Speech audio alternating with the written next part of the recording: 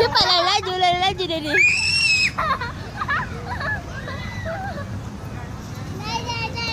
Cepat dia ni.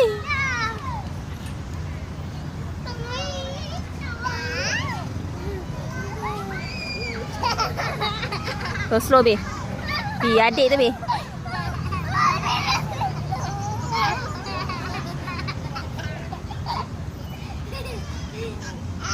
Dah maghrib dah. Stop. B.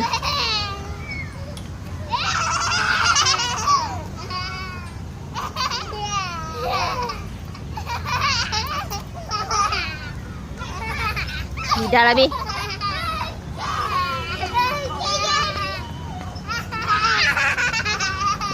Tu gelak ke apa tu? Gelak ke apa tu?